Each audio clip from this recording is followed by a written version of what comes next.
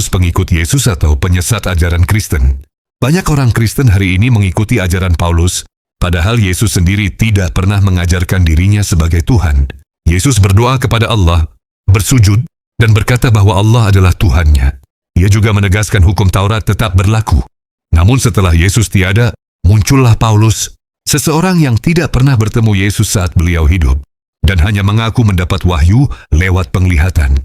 Sejak Paulus, ajaran berubah. Taurat dihapus, keselamatan cukup dengan iman, dan penyaliban dijadikan inti keselamatan. Padahal semua itu tidak pernah diajarkan langsung oleh Yesus. Bahkan murid Yesus sendiri, seperti Yakobus dan Petrus, pernah memperdebatkan ajaran Paulus. Pertanyaannya sederhana. Apakah Kristen hari ini mengikuti Yesus atau justru mengikuti Paulus? Renungkan dengan jujur. Halo, selamat malam.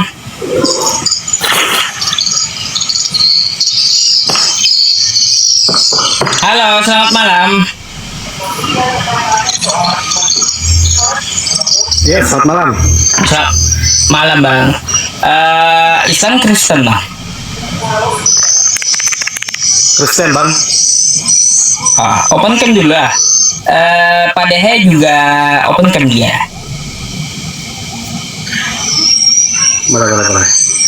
Bentar ya.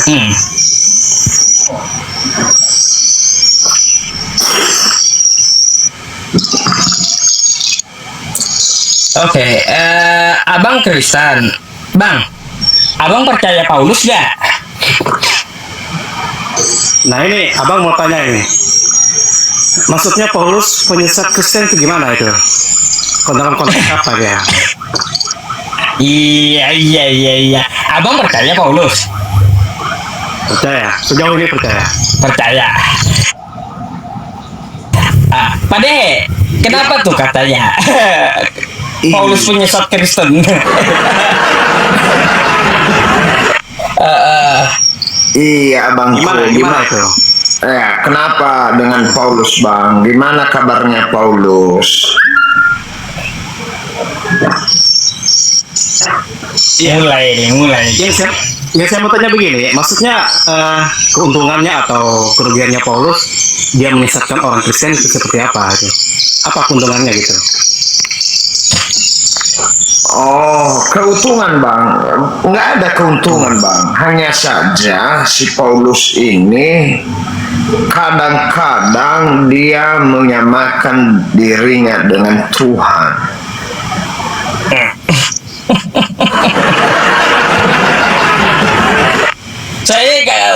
Saya kaget loh ayat yang Pak Dehe kasih tadi malam. Rupanya Paulus itu paling tinggi ya. Lebih tinggi daripada Tuhan rupanya Paulus itu. Iya, di Kisah Para Rasul 19 itu Tritunggal, Yesus Bapa baru Paulus. Di ayat 11 itu.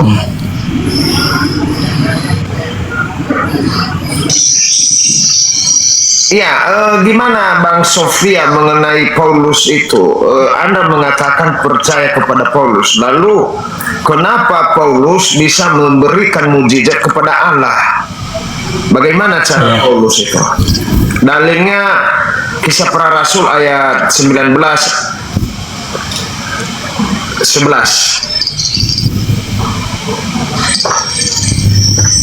Jadi begini bang, saya ini kan sebenarnya apa ya? Saya belum sampai sedalam itu. Mungkin ayat-ayat itu mungkin belum pernah saya baca ataupun belum pernah saya pelajari. Makanya saya malam ini saya bertanya, Paulus penyesat Kristen itu keuntungannya apa, kerugiannya apa, dan tujuannya apa gitu.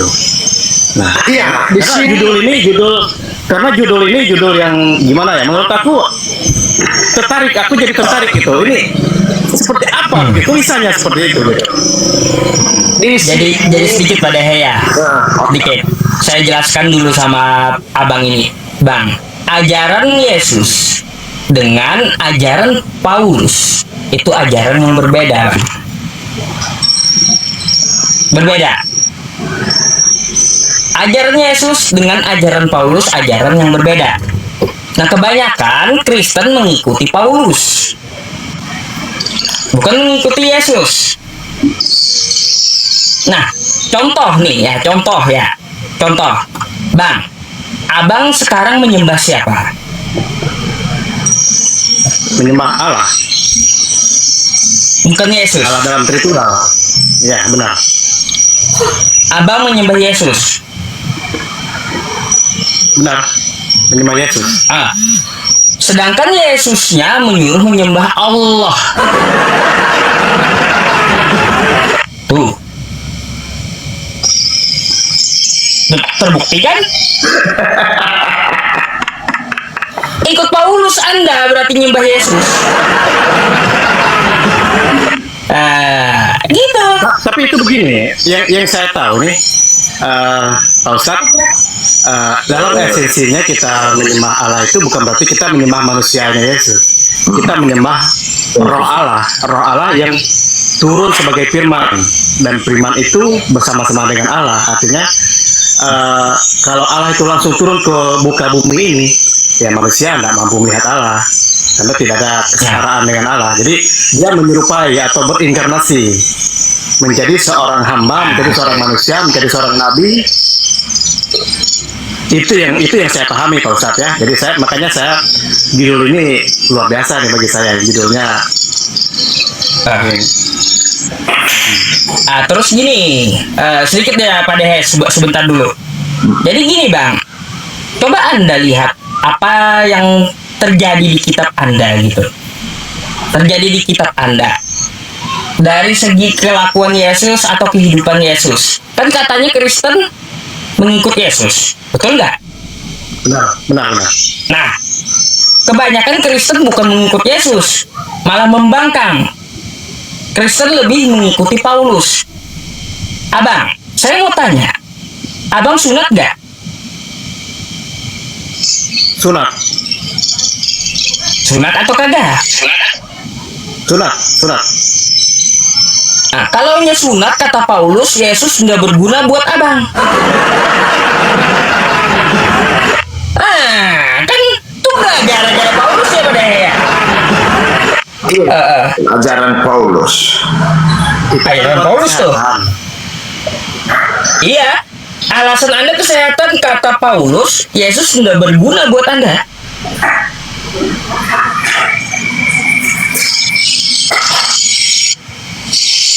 Di mana ayatnya?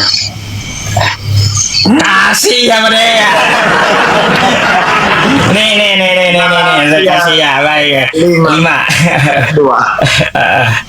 Galatia 5, kita bacain aja ya. Coba.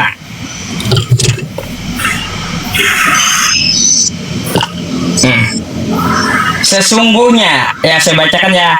Sesungguhnya aku Paulus berkata kepadamu, jikalau kamu menyunatkan dirimu, Kristus sama sekali tidak akan berguna bagimu. Tuh. Itu kata Paulus tuh. Ngapain Abang sunat? Gak berguna Paulus buat Anda sekarang Bang. Operasi dulu dah, pakai kulit ayam kayak tambahin, balikin gitu.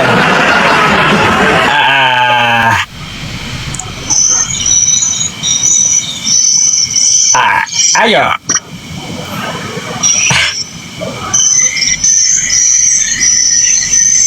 Ya masuk akal, oke? Masuk akal.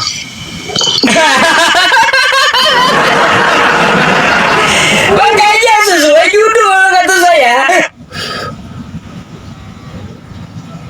Paulus penyesat Kristus. Yesus sunat Bang di hari ke-8. Udah betul Anda itu sunat. Tapi kata Paulus, bila kamu sunat, Yesus nggak berguna buatmu. Ayo.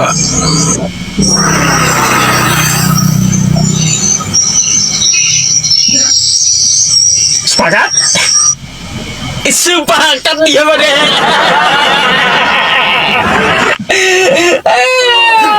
Itulah Bang. Makanya gini Bang ya. Lebih baik apa yang dikatakan Yesus itu yang diikuti. Di kitab Anda itu Bang, ada perkataan-perkataan Yesus. Kalau di aplikasi biasanya ditandain warna merah perkataan Yesus gitu. Jadi kalau bukan tanda merah itu bukan kata Yesus. Yesus itu seperti apa? Dia itu menegakkan hukum Taurat, menggenapi. Dia juga mengajarkan Tuhan itu Esa. Yesus itu dia bersunat Bang. Dan Yesus tidak pernah mencontohkan makan babi gitu. Itu Yesus. Ajaran Yesus. Yesus tidak pernah menyuruh Anda ke gereja. Yesus kagak pernah juga menyuruh Anda jadi Kristen. Makanya kata Padehe Paulus ini seperti apa Padehe? Dia itu makanya pusing, ikuti. mulai pusing dia, Pak Ustadz, saya punya pertanyaan begini. Kalau memang teman-teman Muslim atau orang Muslim ya, umumnya ya, meyakini bahwa Nabi Isa atau Yesus Kristus itu adalah bagi kami sebagai Tuhan dan bagi umat Muslim mungkin sebagai Nabi. Nah, kenapa tidak diikuti? Sedangkan di dalam perkataan Yesus bahwa akulah jalan kebenaran dan hidup, ya kan? Barang siapa yang datang kepada Bapa kalau tidak melalui aku, artinya tidak bakal ketemu Bapa kalau tidak melalui beliau gitu. Itu kalau saya dengar dari statementnya Pak Ustadz bahwa harus mengikuti ajaran Kristus atau Nabi Isa. Sekarang saya tanya, orang Muslim mengikuti itu ajaran Nabi Isa? Mengikuti Bang. Contoh nih ya. Contoh gini. Yesus bersunat. Saya umat Muslim juga sunat. Yesus nggak pernah contohin makan babi. Kami juga haram makan babi itu. Yesus mengatakan, hai Bani Israel, Tuhan Allah kita, Tuhan itu Esa. Saya sembah itu Allah. Saya esakan. Terus kata Yesus, inilah hidup yang kekal itu. Mereka mengenal engkau satu-satunya Allah yang benar. Dan mengenal Yesus Kristus yang telah engkau utus. Yohanes 17 nomor 3 itu. Ya kita sembah Allah karena Yesus menyuruh menyembah Allah. Kan kayak gitu. Makanya yang diajarkan Yesus malah Islam yang mengerjakan.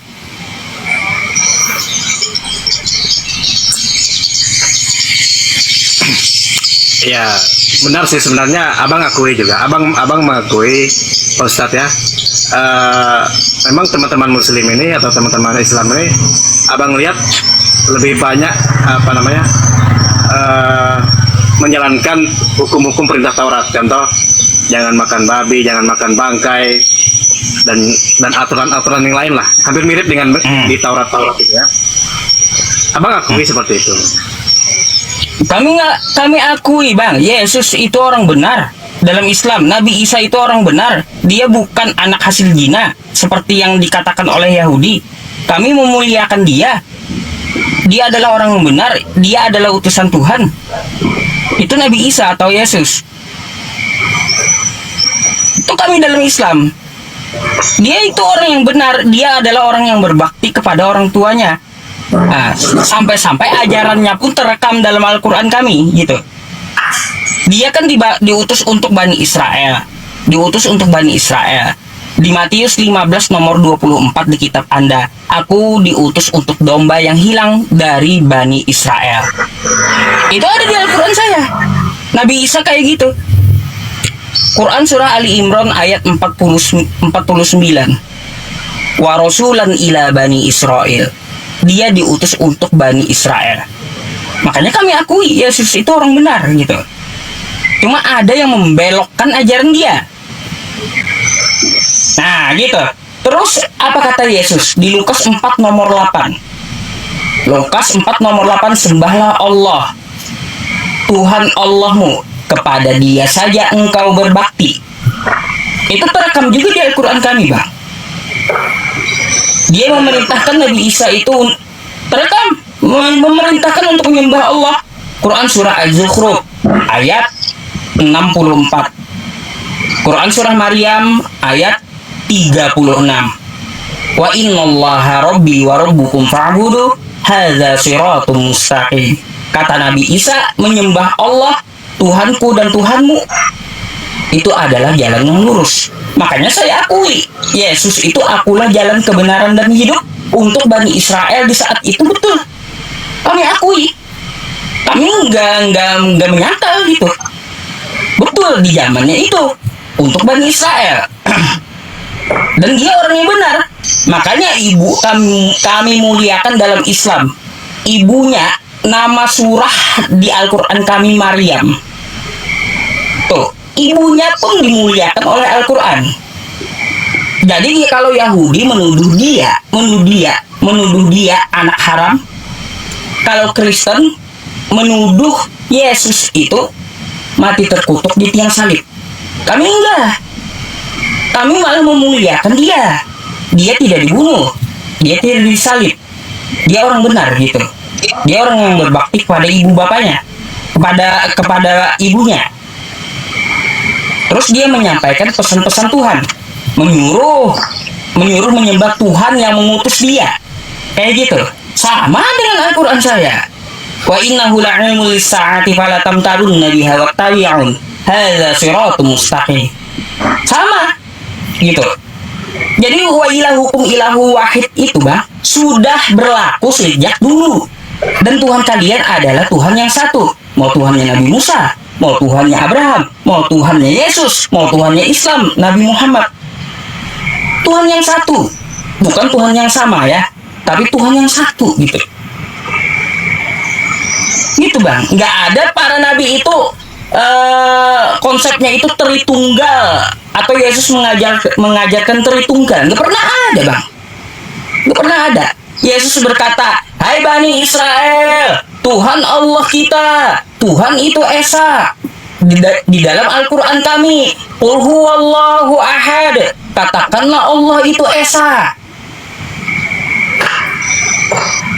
Para nabi udah semenjak dulu gitu menyuarakan Allah itu Esa. Terus kata para nabi, ya Tuhannya itu tidak dapat dilihat. Coba Anda buka kitab Nabi Musa. Keluaran 33, nomor 20. Itu dikatakan lagi firman-Nya, engkau maka dia akan mati. Tuhan gak bisa dilihat. Yesus pun juga ngomong kayak gitu. Yesus, kata Yesus ya di Yohanes 5 nomor 37, Bapa yang mengutus aku, dia yang bersaksi tentang aku. Kamu tidak dapat melihat rupanya, suaranya pun tidak pernah kau dengar. Tuhan itu kan menurut Yesus tidak bisa dilihat dengan mata. Bukan berarti nggak ada. Mata kita yang terbatas Bang. Kita ini mata terbatas. Bukan Tuhannya yang nggak ada. Dia nggak kelihatan, dia gaib gitu. Makanya di Al-Quran kami ya, Allah Subhanahu wa Ta'ala, Tuhan semesta alam juga dikatakan tidak dapat dilihat dengan mata. Quran surah Al-An'am ayat 103, la tudrikuhul absar. Dia itu tidak dapat dilihat dengan biji mata. Tuhannya para nabi itu enggak perlu dengan makhluknya gitu. Tuhan para nabi itu udah kelihatan dia sejak zaman Abraham dulu. Terus ritualnya, sebentar ya Pak Dehe ya, ritualnya juga Bang, ritualnya nih ya, nih ambil rekamannya nanti buat Anda buka-buka referensinya, silahkan Anda cari gitu ya. Ritualnya pun sama Bang. Para nabi itu satu mengajarkan ritual apa itu? Cara menyembah Tuhan yang benar. Hanya satu ritual. Apa itu? Yaitu sujud. Abraham di kitab Anda tuh. Di kitab Anda dalam Kejadian 24 nomor 52. Di situ Abraham sujud, dia ke tanah. Dahinya ke tanah. Habis itu ya, berlalu masa zaman Abraham, zaman Nabi Musa. Nabi Musa pun dalam Keluaran 34 nomor 8, Nabi Musa sujud, dahinya ke tanah. Itu pun juga di Al-Quran ada. Abraham sujud di mana? Quran surah Ibrahim ayat 40. Rabbi ja'alni muqimas shalah wa min dzurriyyati. Rabbana wa taqabbal du'a. Abraham sujud. Nabi Musa sujud di mana? Toha 14. Innani anallah la ilaha illa ana fa'budini wa aqimis sholata li dzikri. Mereka sujud Nabi Musa. Habis itu Daud dalam satu Tawarik nomor 29 ayat 1 Tawarik pasal 29 nomor 20, Daud dengan jemaatnya itu sujud ke tanah menyembah Tuhan, dahinya ke tanah gitu. Lanjut lagi ke zaman Ezra. Makanya saya bilang di Nehemia 8 nomor 6, Ezra itu cara ibadahnya menyembah Tuhan, mengangkat tangan sambil berkata Allah Maha Besar, lalu diikuti amin amin, lalu dahinya mereka sujud ke tanah. Itu ritual para nabi tuh, para nabi semua yang ngajarin. Habis itu Yesus ngajarin kayak gimana Yesus di Taman Getsemani. Taman Getsemani, Yesus dia berdoa malam-malaman, sujud mukanya sampai ke tanah untuk meminta kepada Tuhan. Makanya ritual kami umat Islam sekarang itu sujud bang. Aqimus sholah wa atuz zakah warka'u ma'ar raki'in. Itu sujud ritual kami. Makanya di dalam Quran surah As-Sajdah di ayat 15 bang ya. Nih saya jelaskan sama abang rincian ajaran Nabi itu satu aja gitu. Semuanya sama. Innama yu'minu bi ayatina alladzina idza dzukiru biha kharru sujada wa sabbahu bihamdi rabbihim wa hum la yastakbirun. Apabila mereka mendengarkan firman Tuhan, Abraham, Musa, Daud, Salomo, Yesus, termasuk kami, Nabi Muhammad, semuanya sujud dahinya sampai ke tanah. Kami udah menyombongkan diri gitu. Nah, itu ajarannya. Tuhannya kagak kelihatan, kagak berbentuk, ya kagak kelihatan dengan mata. Terus ritualnya juga sama, sujud, gitu. Nggak ada ke gereja atau joget-joget, nggak ada bang. Nabi Isa itu sujud bang ya, Nabi Isa itu sujud juga di ada dalam Quran. Quran surah Maryam ayat 31. Wa ja'alani mubarakan aina ma kuntu wa awsani bisolah wa awsani bisolati wa zakati ma dumtu hayya. Nah, dia akan melaksanakan sujud sepanjang hidupnya. Gitu. Jadi para nabi itu sujud bang, ajarannya sujud ke tanah. Sujud itu bentuk penghambaan kita kepada Tuhan semesta alam, yang bentuk rasa syukur kita diciptakan gitu. Diciptakan kita bisa menghirup napas, kita punya harta, kita punya semuanya di dunia ini. Rasa syukur kita dengan cara sujud seperti para nabi gitu. Gak ada para nabi mengajarkan nyanyi-nyanyi atau joget-joget, gak ada. Gitu bang. Terima kasih Pak Ustadz. Pak Ustadz, ini saya mau tanya lagi Pak Ustadz.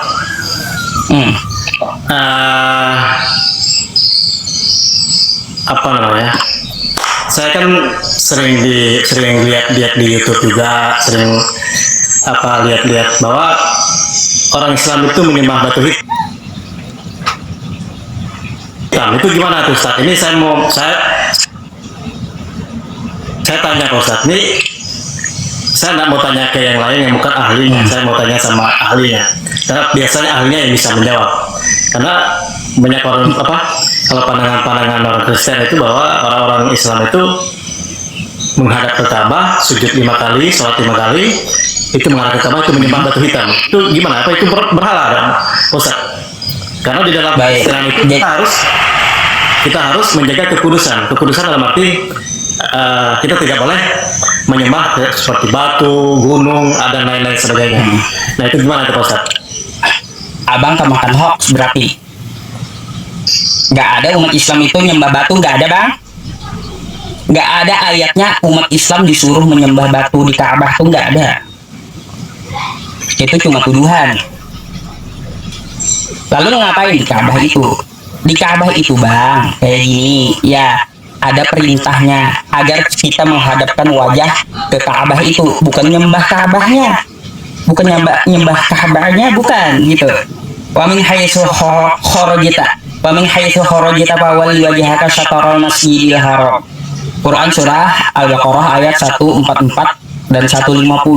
Dimanapun kamu berada, maka hadapkanlah wajahmu ke arah Masjidil Haram. Menghadapkan aja, supaya apa? Supaya rapi seluruh dunia kami arahnya di bangunan itu gitu. Bukan berarti bangunan itu disembah, enggak. Supaya seragam ibadah kami semuanya. Gitu. Tuduhannya kan umat Islam mencium batu, menyembah batu. Enggak ada dalilnya, Bang. Saya kemarin bang ya, nggak ada tuh ke Arab saya nyembah batu saya sembah-sembah, nggak ada. Atau mencium batu Hajar Aswad kemarin, alhamdulillah saya sempat gitu, sempat batu Hajar Aswad saya cium. Bukan berarti kami mencium itu menyembah. Masa abang mencium istri abang menyembah? Abang mencium istri, tuh berarti abang menyembah istri gitu. Itu cuma arah bang, jadi arahnya ke arah kiblat, bukan kotak hitam Ka'bah itu atau batu itu yang Tuhan, bukan. Itu hanya sebagai pemersatu umat Islam di seluruh dunia agar arah ibadahnya ke situ, gitu. Jadi itu kalaunya abang mendengar Islam itu nyembah batu, tuduhannya nggak ada dalilnya bang, nggak ada, itu tuduhan. Berarti itu tuduhan Pak Ustadz ya, bukan menghadap ke sana tuh menyembah batu Hajar Aswad atau mungkin Allah harus ada di sana gitu ya, bukan berarti gitu ya Pak Ustadz ya? Enggak, iya. Masa kalau saya nanti sholat menghadap HP, saya sujud depan HP disebut nyembah HP saya? Kan enggak gitu. Itu adalah arah ibadah aja bang, kiblat namanya kalau dalam Islam. Yahudi kan punya kiblat juga, tembok ratapan tuh. Nah ini lagi bang, Pak Ustadz, mohon maaf ya. Kalau ini mohon maaf, saya tanya Pak Ustadz ya. Di Al-Quran kan ada dikatakan bahwa kami yang menurunkan atau kami yang memerintahkan. Itu kata kami itu gimana Pak Ustadz? Setahu saya kan Islam ini kan menekankan di tauhid. Tauhid itu kan artinya satu, esa. Nah, sedangkan ada kata kami, dan saya lihat begitu. Jujur Pak Ustadz, saya sudah punya Al-Quran sekarang ya Pak Ustadz ya. Itu ada banyak kata-kata kami itu Pak Ustadz. Itu seperti apa ya Pak Ustadz? Tapi kalau kata kami, kalau kita lihat di punya bahasa Indonesia kan banyak ini, ada sekian orang lah gitu ya. Itu maksudnya kata kami itu seperti apa? Apakah itu Allah sendiri atau kami banyak begitu? Gimana nih Pak Ustaz? Kata kami bukan berarti Allahnya banyak, bukan bang. Itu dari segi bahasa, penggunaan bahasa Arab nahnu, kami. Yang dimaksud dengan kami di situ bukan berarti Allahnya berbilang-bilang banyak Allah gitu, enggak.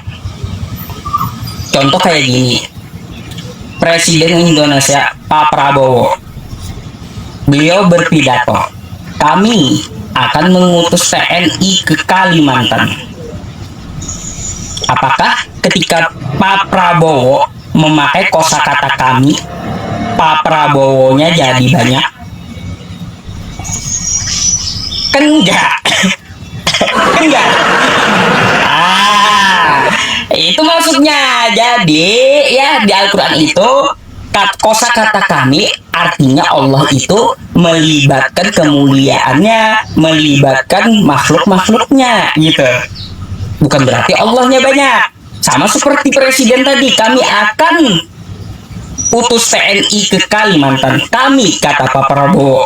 Kami. Padahal Pak Prabowo-nya sendiri aja. Satu aja. Tapi apa? Dengan kekuasaan dia, dengan prosedur dia ya, dengan TNI dikirimnya ke Kalimantan, disebut Pak Prabowo, kami semuanya gitu, sesuai dengan bahasa Arab tadi. Jadi kami menciptakan langit dan bumi, ada proses artinya, bukan berarti kami itu Tuhannya banyak, enggak.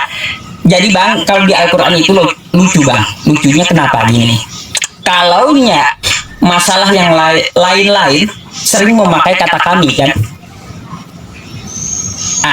Tapi kalau untuk masalah ibadah, penyembahan, nggak pernah pakai kata kami. Sembahlah kami, nggak ada. Cari aja di Al-Quran.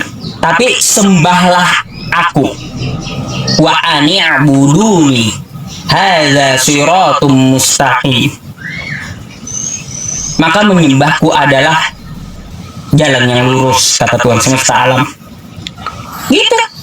Menyembahku, sembahlah aku. Gak ada sembahlah kami di Quran itu, gak ada, gak pernah ada gitu. Jadi kalau kata kami itu ya bukan berarti Allahnya banyak, tapi dia melibatkan makhluk-makhluknya dan prosesnya gitu Bang. Itu penggunaan bahasa. Jadi seperti itu.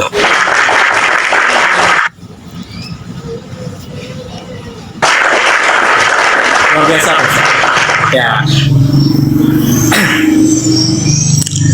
Makanya tadi saya bilang saya harus bertanya kepada ahlinya. Kalau saya bertanya kepada orang-orang bukan ahlinya, mungkin saya bingung-bingung juga kan. Saya rasa penjelasan Pak Ustaz sudah, ya bagi saya masuk di akal.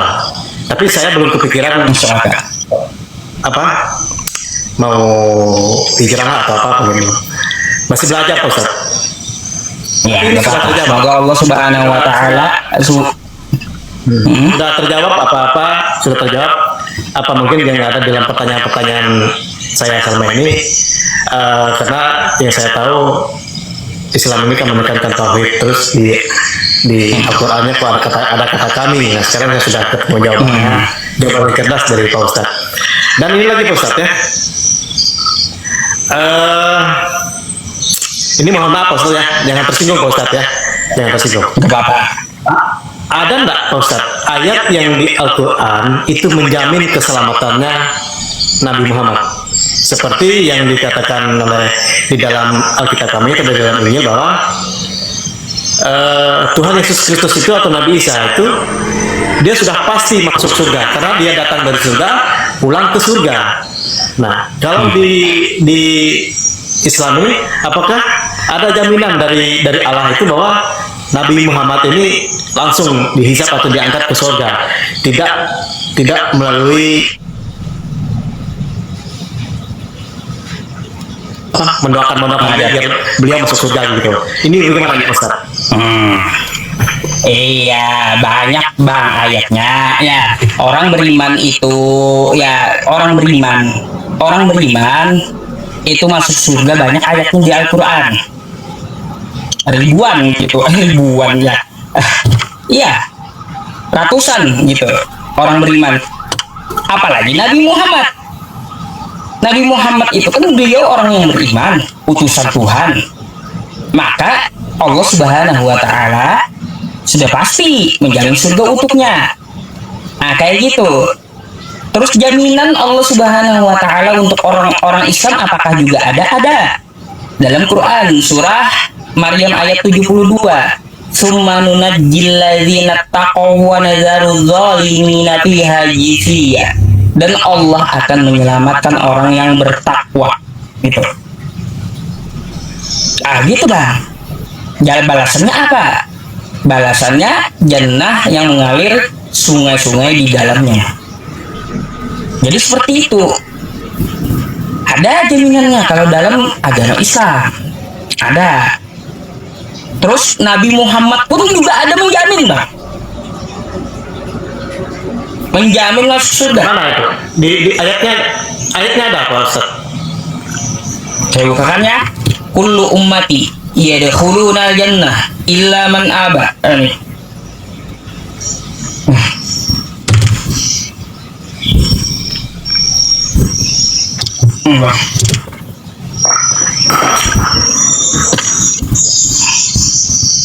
Nih, saya langsung terjemahnya aja, nggak apa-apa ya Bang ya. Nggak apa-apa, nggak apa. Oke. Dari Abu Hurairah radhiyallahu anha bahwa Rasulullah Shallallahu alaihi wasallam bersabda, semua umatku akan masuk surga kecuali yang enggan.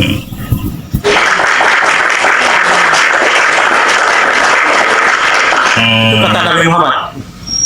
Iya. Kata Nabi Muhammad,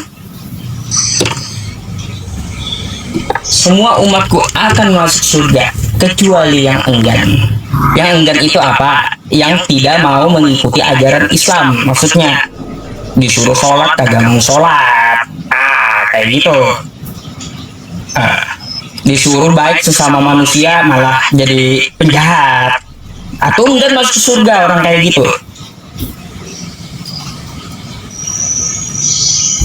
Ada kan Bang jaminannya?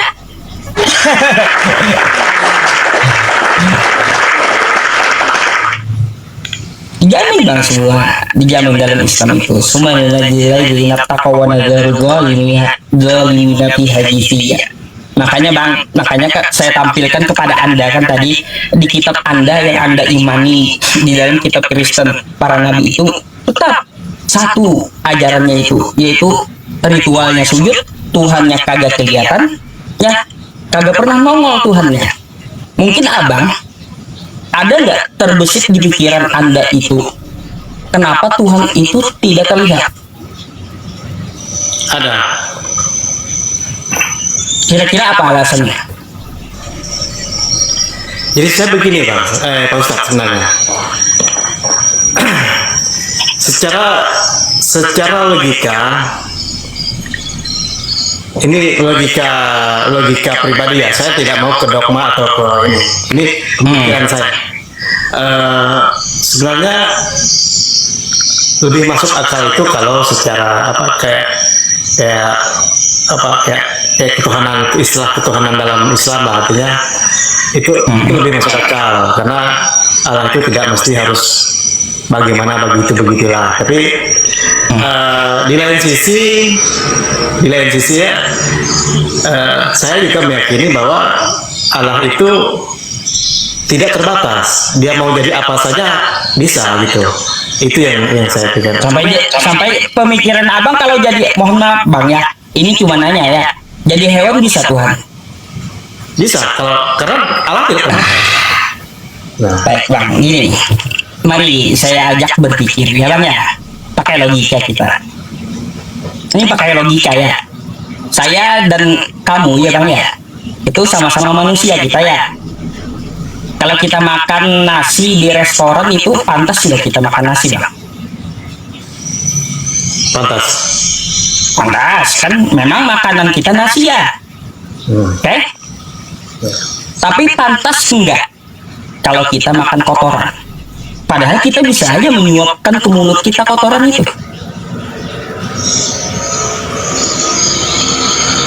Nggak pantas kan?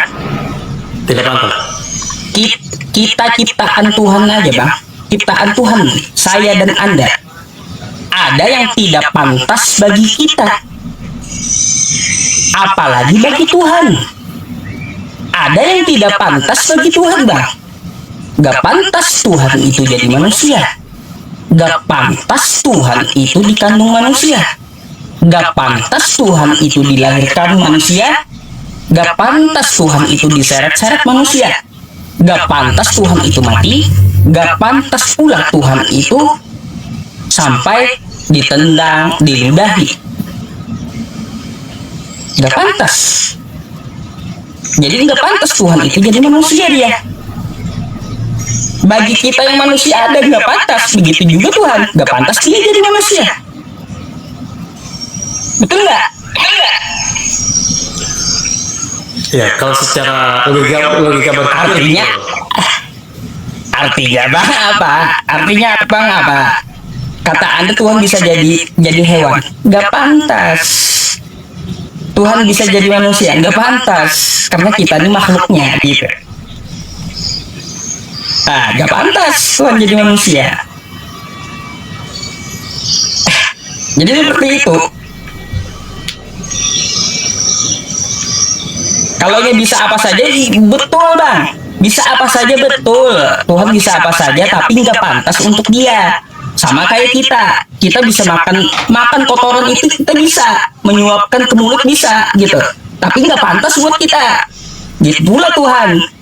Bisa dia mau jadi apapun, tapi nggak pantas buat dia. Ah gitu. Benar-benar. Itu logikanya.